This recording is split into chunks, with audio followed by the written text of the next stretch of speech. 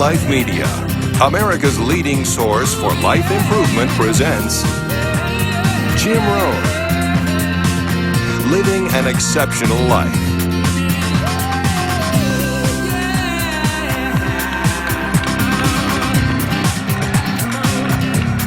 Hey, thank you. How's everybody? Nice to see you. Thanks for coming today. I appreciate it very much, and I'm just delighted to be here. How many of you have never seen me before? This is your first time. Wow, everybody. I keep thinking I'm famous, but I guess, that settles that. Anyway, nice to see you. I've got some interesting ideas to share with you. If you're ready, say I'm ready. And if you'll take some good notes, I got some lists for you to make that you can take home with you and ponder at later times. Some of the things I want to share with you. I was raised in southwest Idaho. My parents gave me an incredibly excellent start in my life, which I appreciated very much. But I quit school at age 19, unfortunately. My reasoning was, I'm smart enough to get a job. How much smarter do you need to be? And with that shallow thinking, I quit school, age 19, and got a job, went to work. A little while later, got married, started a little family, and I'm struggling and, trying to do my best. But it seems like each year I'm falling just a little bit further behind. Finally, age 25. The climax of my sort of, weariness with where I was, not doing as well as I thought I should. I hear a knock on my door, and I happen to be home alone. When I opened the door, there was a little Girl Scout about this tall selling Girl Scout cookies. And she gave me the finest sales presentation I've ever heard. Girl Scouts around the world, no better organization. And we've got these cookies, only $2, several flavors. And with a big smile, she very politely asked me to buy. No problem, I wanted to buy. Big problem, I haven't got $2 in my pocket.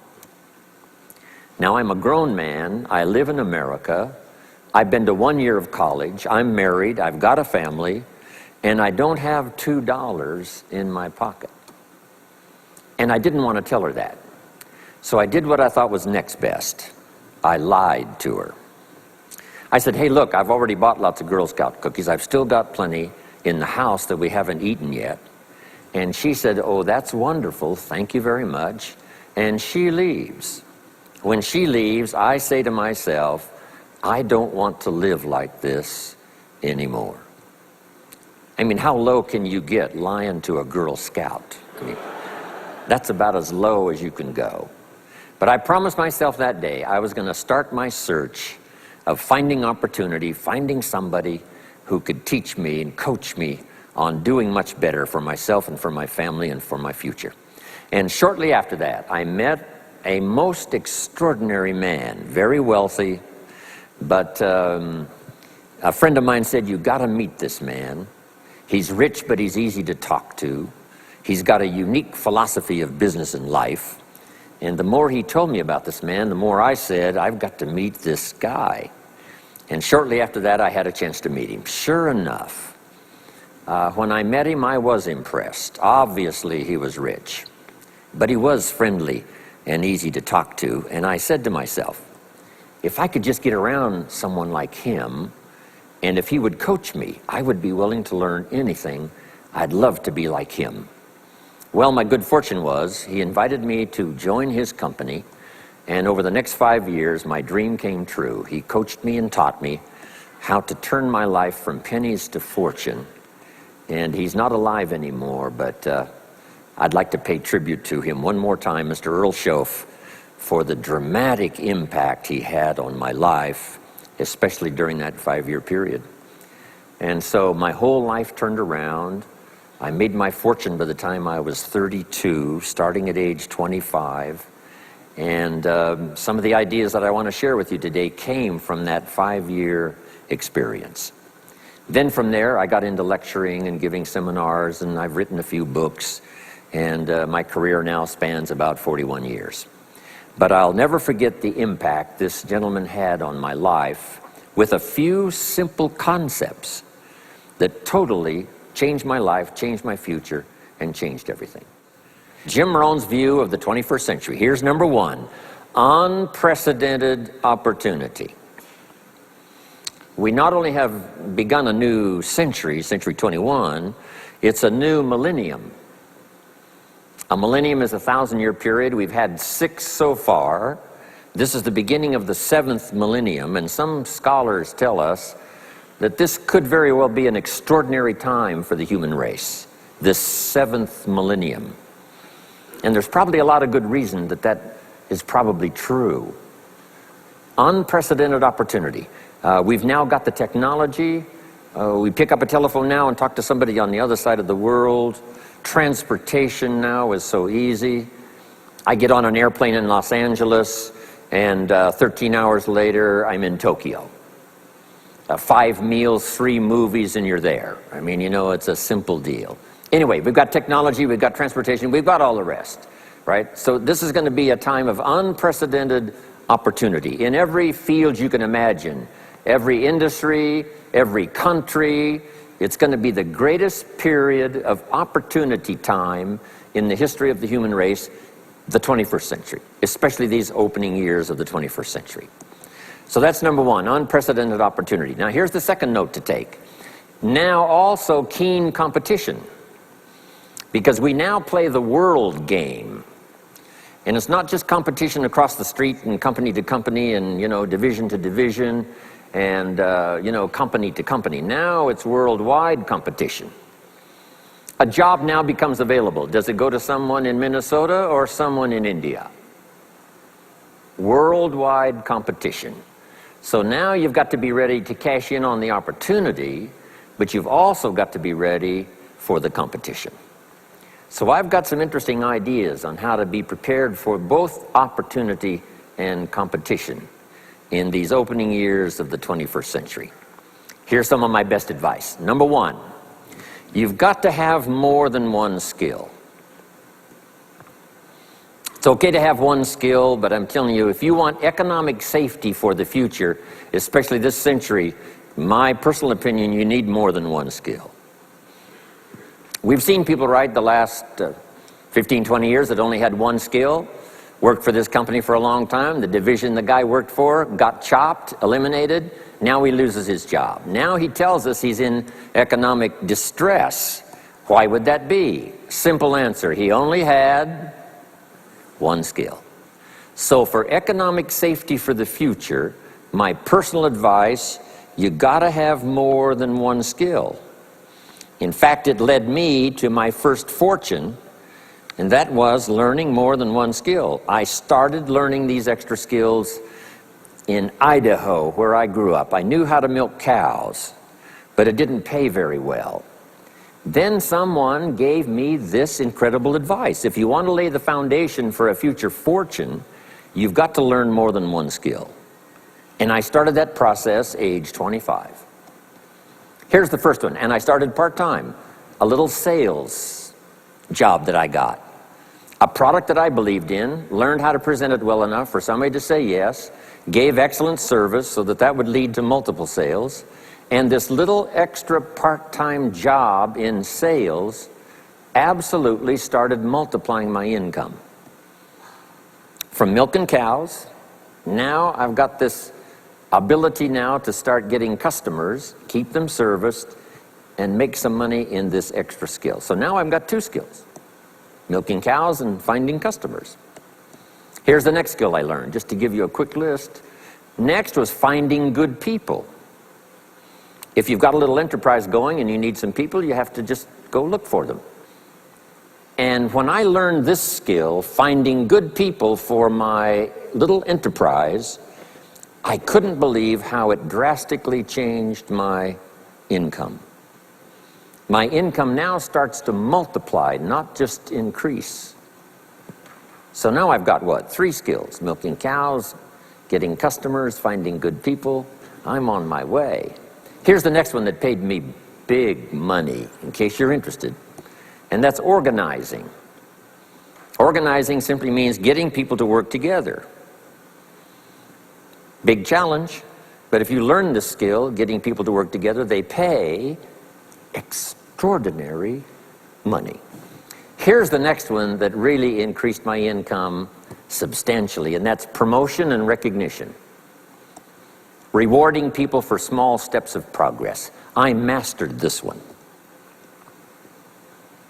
And here's the philosophy behind it. Be so busy giving other people recognition you really don't need it for yourself. I mastered this. Guess what it pays? Big money. Let me just give you one more, and it's in 3 parts. And that's communication. Learning to affect other people with your language. Of all the things not to be lazy about, it's language, because words can work miracles. And communication I found in 3 parts. Here's number 1, training, showing somebody how the job works. Showing somebody how the business works. We call that training. I got good at that, paid big money. Here was the next one, teaching. Teaching people how life works. Teaching people how to set goals. Teaching how to become a leader, manager, entrepreneur. Stepping up to the higher opportunity and better challenge. This one paid me extraordinary money. But this one paid the best, learning to inspire. Helping people to see themselves better than they are. So I've got how many skills, right? A big long list. So safety, economic safety for the future, especially the opening years of the 21st century. Learn more than one skill. Here's number 2. It would be good to learn more than one language. Some of my business colleagues who speak 3 or 4 languages earn $3-4 million a year. One of my friends, Leon Weisbein from Russia, I remember when he was making $3 million a year, he spoke 3 languages. Here's what he said, I think I'll learn another language, make another $1 million. Those extra languages are so valuable. When I travel the world, I got to find somebody that knows more than one language, or I'm in deep trouble. If you think the time has passed you by to learn that 2nd, 3rd language, make this note. You heard it from Jim Rohn. Give it as a gift to your children. The 2nd language. Maybe that'll inspire them to learn the 3rd language, and then no telling where it might go from there. I asked a school teacher one time, how many languages can a child learn? Here's what she said, as many as you will teach them. They don't lack capacity, they don't lack intelligence, they certainly don't lack curiosity, they only lack a teacher. So you got my good advice now? More than one skill, more than one language, here's the rest. Learn the simple economic formula that works for everybody, and I can give it to you in just a couple of sentences. A simple economic formula, kids can understand it, anybody can understand it. Anybody that wants to get paid, here's the language for your notes. We get paid for bringing value to the marketplace. That's as simple as you can put economics. Anybody that wants to get paid. You get paid for bringing value to the marketplace. The marketplace is the people.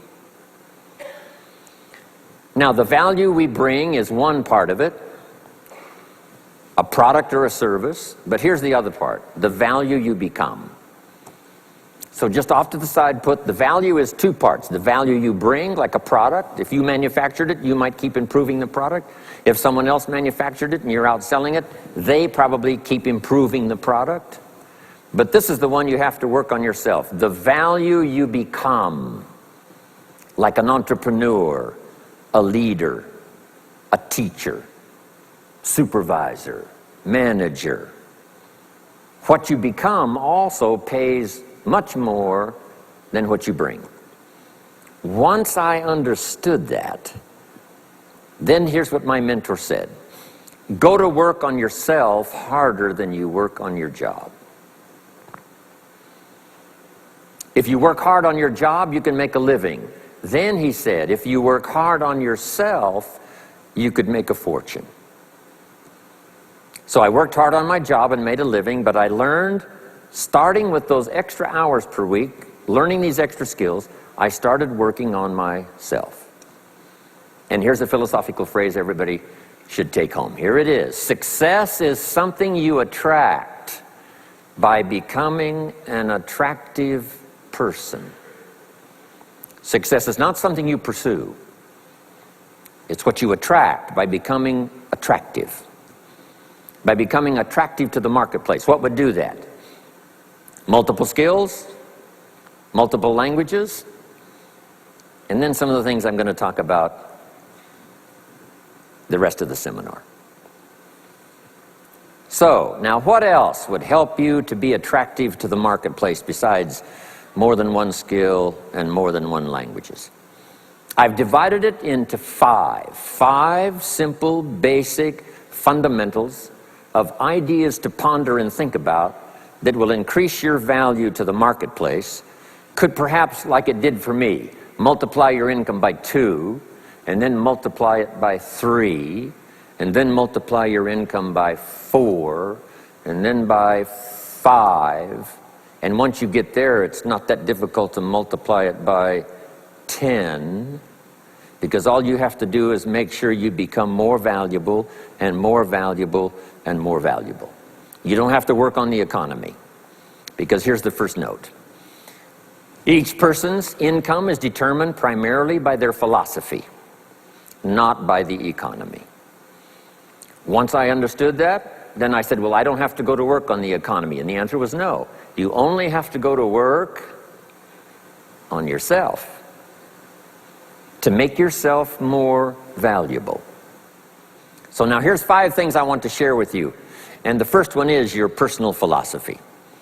What could get you more prepared and ready for cashing in on the opportunity of the 21st century? And here's the first one, personal philosophy. Your personal philosophy is like a guidance system that helps you make decisions what to do, what not to do. From the information you get and what you learn and what you know, we decide. Maybe your philosophy would have been 5 years ago never to attend seminars like this. You just didn't go. Now 5 years later, here you are.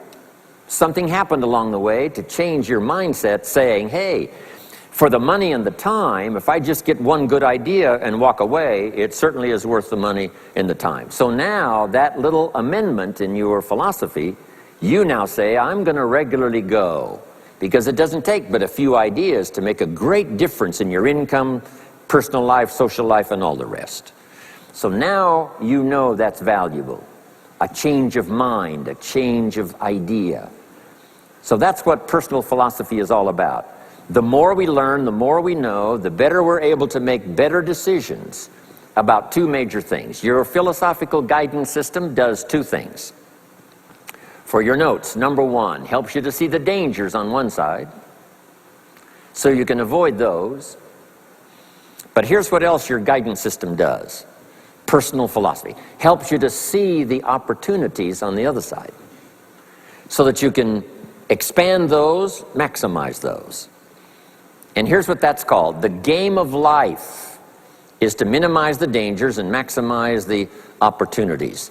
And the more we know and the more we learn, the more experience we gather in sessions like this, from the sermon on Sunday morning to the books we read and all the rest, helps us to keep continually adjusting our philosophical guidance system so that we minimize more dangers, maximize more opportunities. That's really the game of life. I couldn't put it much more simply. So number 1, we're affected by what we know. Now, how do we know more things and learn more things that'll help us readjust our thinking so we can avoid the dangers, maximize the opportunities? Here's number 1, learn from personal experience. One way to learn to do something right is what? First do it wrong, right? Mess up, and then you say, wow, that was costly. I'm never going to do that again. So one way to learn to do it right, first do it wrong. Sometimes a negative experience turns out finally to be positive.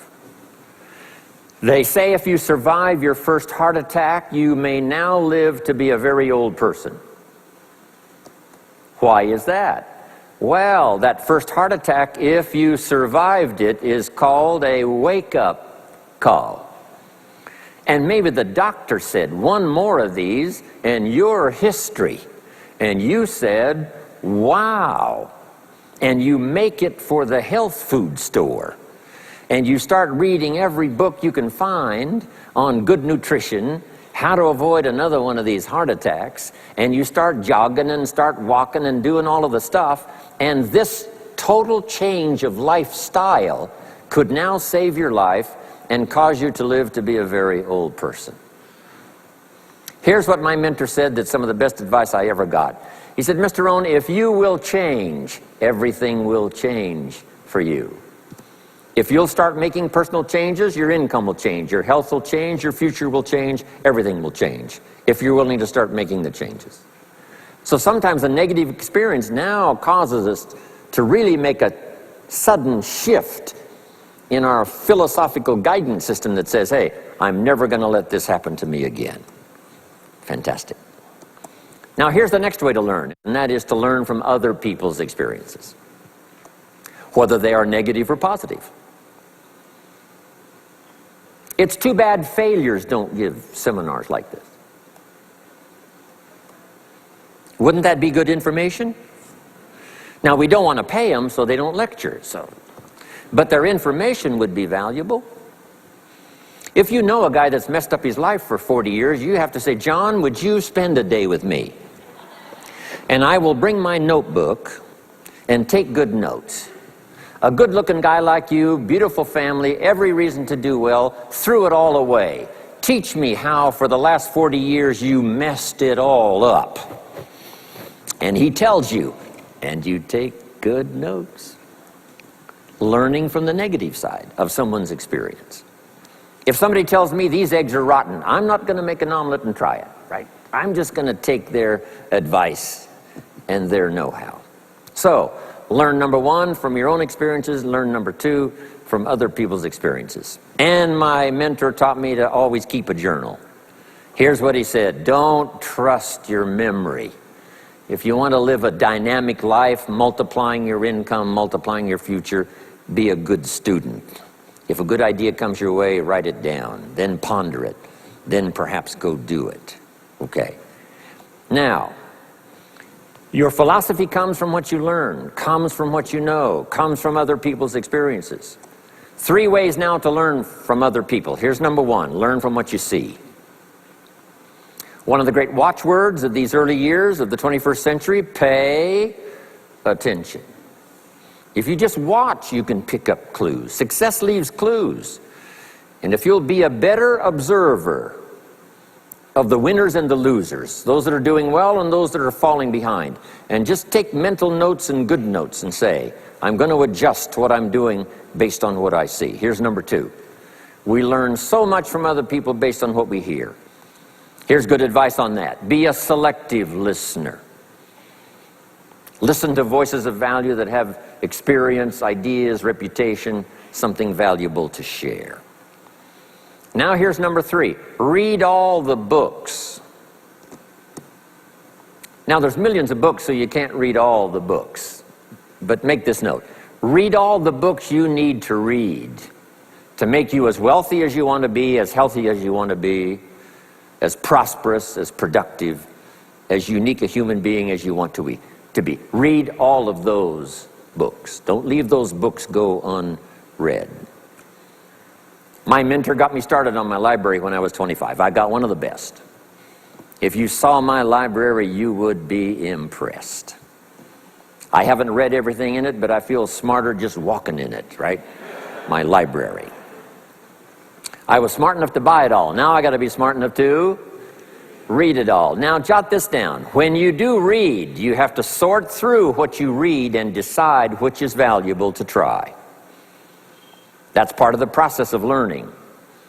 Gathering information and sorting through it. 1, the information that would apply to you, and what you think would be valuable based on your current philosophical opinion.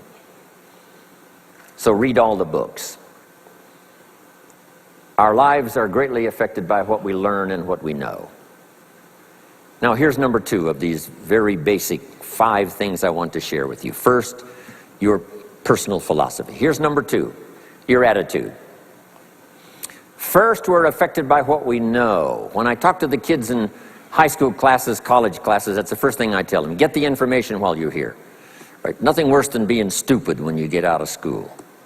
So get the information. Being broke is bad, but being stupid is what's really bad. And what's really, really bad is being broke and stupid. Nothing much worse than that, unless you're sick.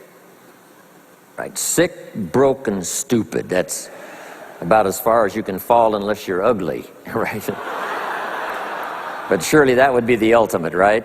The ultimate negative life. Ugly, sick, broke, and stupid. So learn all you can. We're affected by what we know, so get the information. Don't be lazy in learning. Don't be lazy in going through the books, building your library, coming to classes like this consistently. Some of them will be so dramatic, your life will never be the same. Maybe this is one of those today. Next, we're affected by how we feel, attitude. This is the emotional part. We need the intellectual part to set sail. So as the winds blow, we can still get where we want to go. Redefine, keep strengthening our psychological and philosophical guidance system. But now we're also affected by the emotions. That's the power. And jot these notes down as I hurry along now. 4 things to consider on attitude and how you feel. Here's number 1. It's how you feel about the past. It's important to make the past useful. Past experience, even past losses, past failures, as well as successes.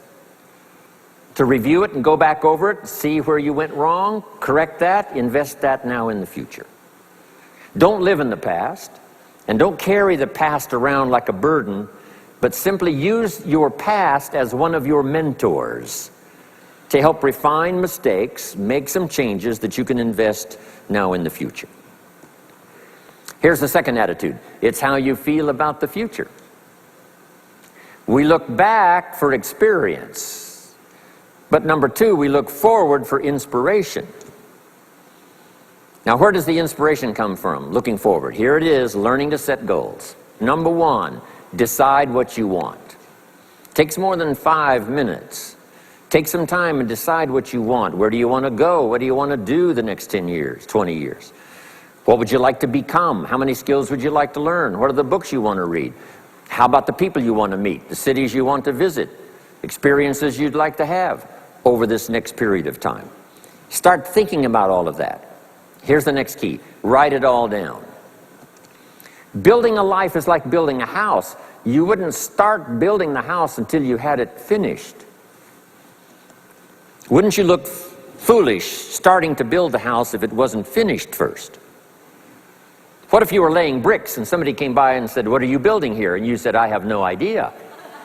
See, they would take you away to a safe place. So building a life is a lot more important than building a house. And yet people treat it so carelessly and so casually about planning and making plans for what they want their life to work out to be.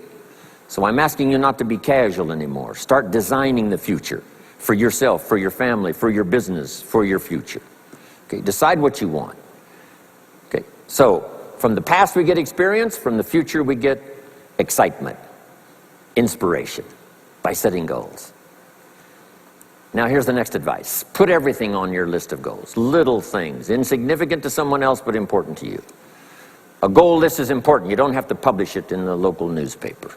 My Japanese friend, Toro Ikeda, San Jose, California, put on his first list, a Caucasian gardener. I said, go Toro.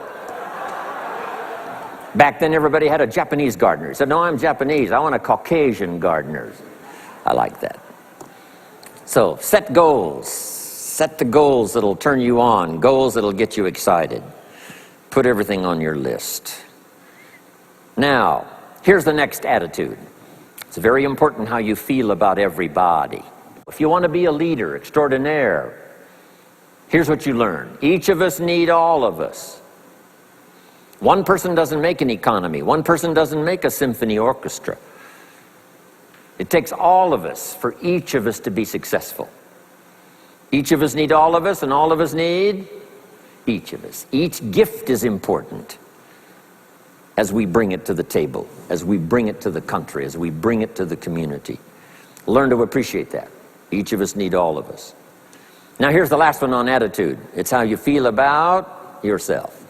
Nothing more powerful than self-confidence to start multiplying your income by 2, by 3, by 5, by 10. And where does that come from? Make the note. It comes from self-esteem. Doing the things you know you should do, and at the end of the day, your self-esteem is soaring and high. You've met the people you said you'd meet. You made the calls you said you would make. You did the things that you required of yourself to do. And at the end of the day, you feel great about yourself. That is one of the greatest motivating factors for the future, self-esteem, feeling good about yourself. Now let me give you the miracle piece of this formula. If you're ready, say, I'm ready. Here it is. Number 3 is activity. We're affected by what we do. Now we've gotten to the formula of how to turn ideas into reality, how to turn imagination into substance. It's called number 3, activity. So add these notes to it now. Activity is the work. Activity is the labor. You might add labor pains. I'm short on personal experience here, but the mothers in the room would tell us that we know what that's all about, labor pains. Why would an upcoming potential mother be willing to put herself through maybe a rather painful experience? She said, that's an easy answer, and it's for your notes. It produces new life. Why wouldn't she put herself to the labor?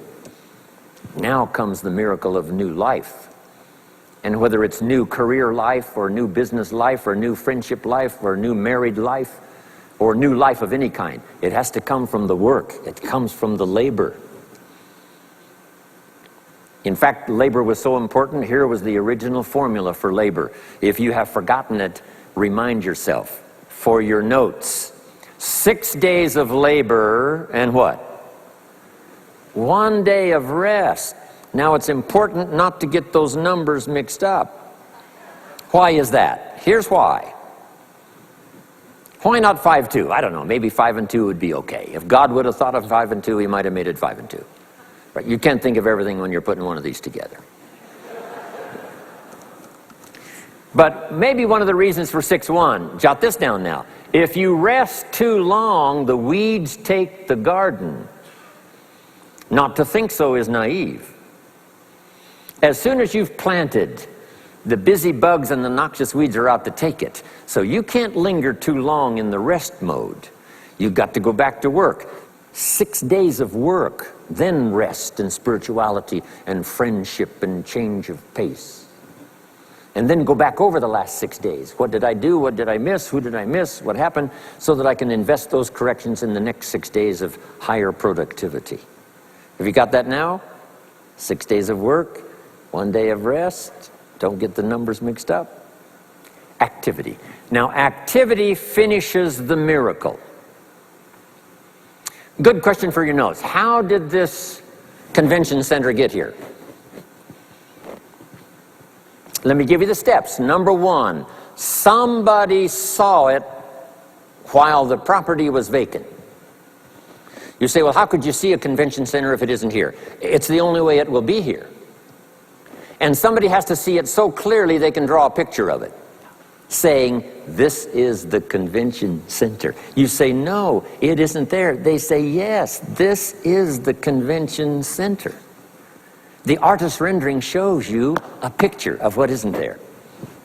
That's the beginning of imagination. So to turn nothing into something, here's what you do. Imagine the possibilities. That's why we recommend testimonials, for someone to say, hey, I started with pennies and I made a fortune. And when they finish, sometimes they say something like this: if I can do it, what? You can do it. And we start imagining the possibilities. Here's number 2. Have faith to believe that some of them are possible for you. And both imagination and faith are powerful forces. But we still don't have a hotel. We still don't have a house. Even though those are powerful forces, it is the beginning. Now, imagination and faith must be deposited in activity, or it is wasted. But the finishing touch of the miracle process is now go to work. Go to work and build a better career. Go to work and build good health. You can't have good health without the work. When did we start hearing that phrase? No pain, what? No gain. You got to do the work. You can read all the books until you're wise. You can have faith and believe until it is extraordinary. But now you must go to work. And if you'll learn to appreciate the work that produces the miracle of good health, the miracle of a career, the miracle of a relationship, the miracle of a fortune. Only humans now can do this. The birds of the field can't do it. No other life form can imagine and create something from nothing. Have faith and then build it and make it real. Only humans. It's an extraordinary gift. Depends on how often you use it. So number one of the ideas I wanted to share with you to make this an extraordinary opening year century for you is philosophy. We're affected by what we know. Second is attitude. We're affected by how we feel. Third is activity. We're affected by what we do. Now here's the final two pieces. Number four, learn to measure progress. Once you've set up a project now, you want to turn nothing into something, now you must measure your progress. How are you doing? Here's how we teach it to our children. Life expects us to make measurable progress in reasonable time. Measurable progress in reasonable time. That is the game of life. So part of it is not just to set up the proposed project, but as we start working on it, we start measuring how we're doing. Now first, what is reasonable time? You can't ask someone every 5 minutes, how are you doing now? See, that's too soon. Guy says, I haven't left the building yet. Give me a break. Now, we can't wait 5 years. That's too long.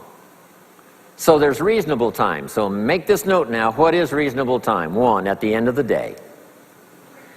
A conversation a father should have with his daughter today, because the magic is there. If he waits till tomorrow, the magic may be gone. Today. Next is a week. Make that note. Usually, we get paid by the week. Somebody adds up our value to the marketplace, out comes the check. The next week, somebody adds up our value to the marketplace, out comes the check. What I learned to do is to change my value to the marketplace so the check kept getting bigger and bigger and bigger. I didn't have to change the economy, I only had to change myself. Measure your own progress. Success is a numbers game. We demanded of our children, how many years do you want your child to spend in 4th grade? Approximately. About 1 year, right? You say, well, if they're nice kids, would you give them 3 or 4 years? You say, no. This is not a nice game. This is getting ready for the future. This is getting ready for the challenges and the opportunities. You can't linger in 1 grade more than 1 year. Now make this note. The same should go for us as adults. Don't linger more than 1 year in 1 grade of learning. Adult, management, entrepreneurship, leaderships of all kind. Keep up the pace of learning. Okay. The numbers. Measure. Count. Now here's the key. Face the truth. If you're only making this much progress, you know, there's no use trying to kid the world, no use trying to kid anybody else, and especially don't kid yourself. If in a period of time you've only made so much progress, you just got to swallow hard and say, this is the truth. I've got to face it. Now, what could I do to start increasing my progress and make my health better, make my income better, make my investments better, make my value to the marketplace much better, get busy learning the 2nd skill and the 3rd skill and the next language and the next language to increase my value. I got to get busy and do that. See, if you will do that, I promise you, one of the greatest motivating factors in the world is progress. And if you'll measure it, you'll get excited. Now here's number 5 of the 5 major things I wanted to share with you to make these opening years of the 21st century really pay off for you. And here's the word, lifestyle.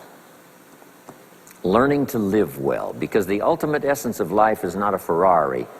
The ultimate essence is not a home. The ultimate essence is not a bank account. It's not $1 million.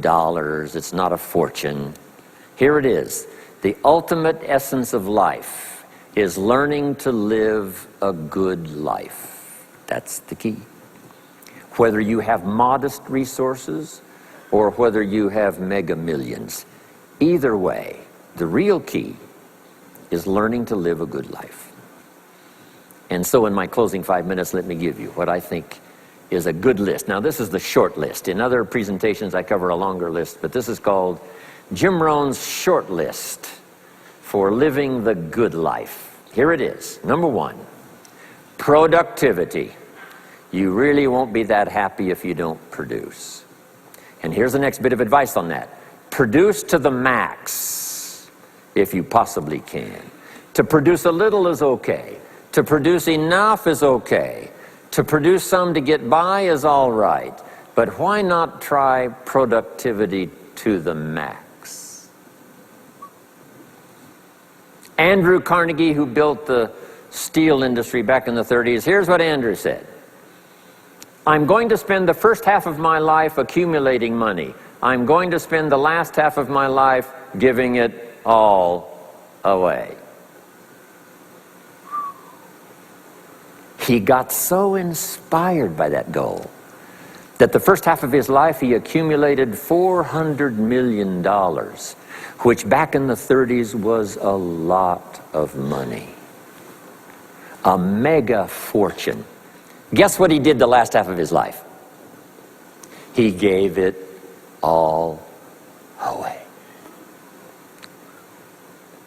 I got a good question for you as we close. Here's the question. What's got you turned on? What's got you up early? What's got you eager to face the day? What's got you inspired to learn the extra skill, put in the extra time, go the extra mile, learn how to work with people, guarantee your future? Good question. Here's number 2, good friends. You got to have good friends. The best support system in the world is good friends.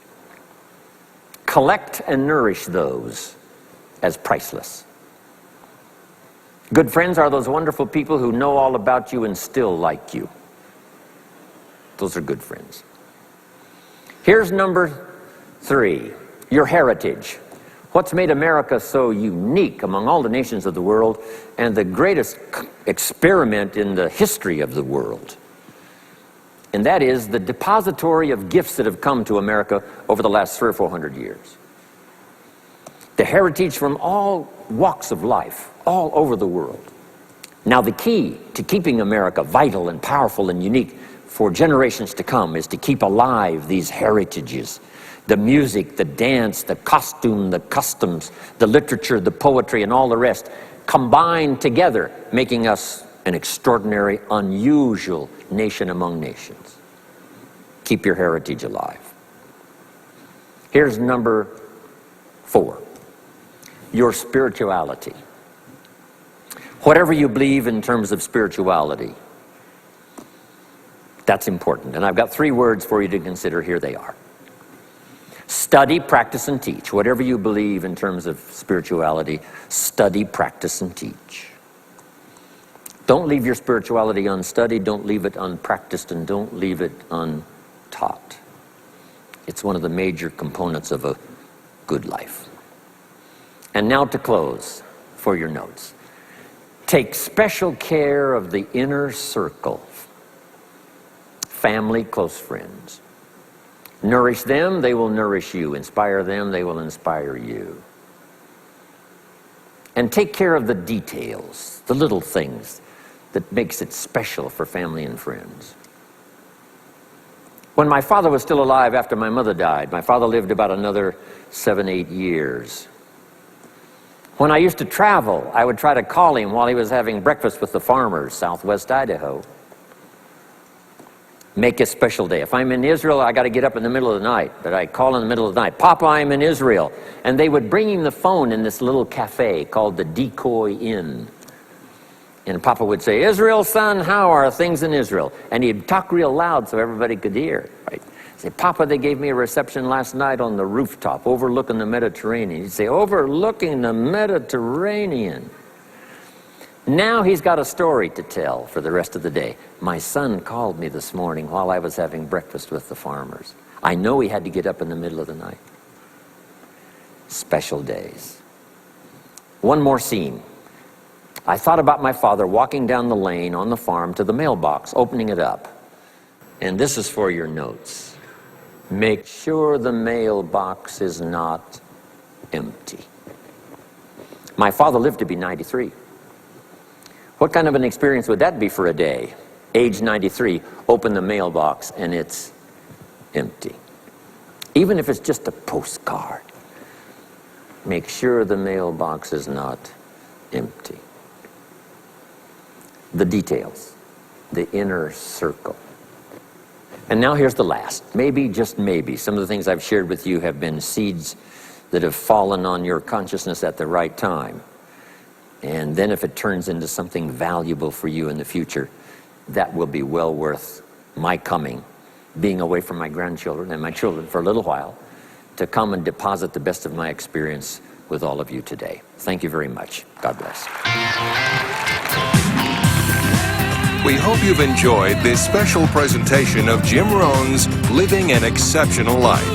If you'd like to own a copy of this program or any of Better Life Media's programs, please visit our website at betterlifemedia.com, where you'll find all types of valuable life improvement information.